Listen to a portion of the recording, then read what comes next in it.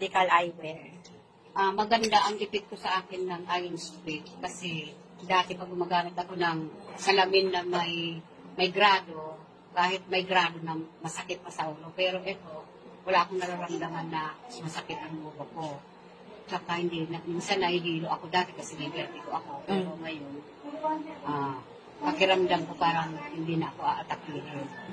Kasi dati magganyan-ganyan ka lang. Nahihilo ka na kasi ang vertigo talagang ganyan. Pero ngayon, hindi pa naman ako kasi bago lang. Opo, ilang araw. Nung ano lang yan, di ba? Lunes. Lunes. Ano na ngayon? Webes. 4 na. 4 days pa lang, pero maganda na.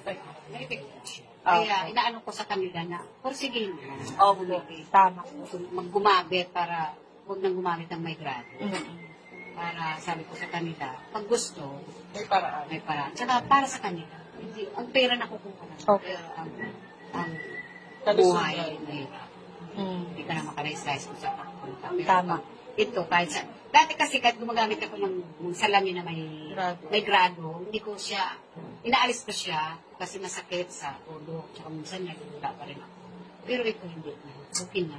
Gustong-gusto mo na. Yeah. Ayan. Salamat.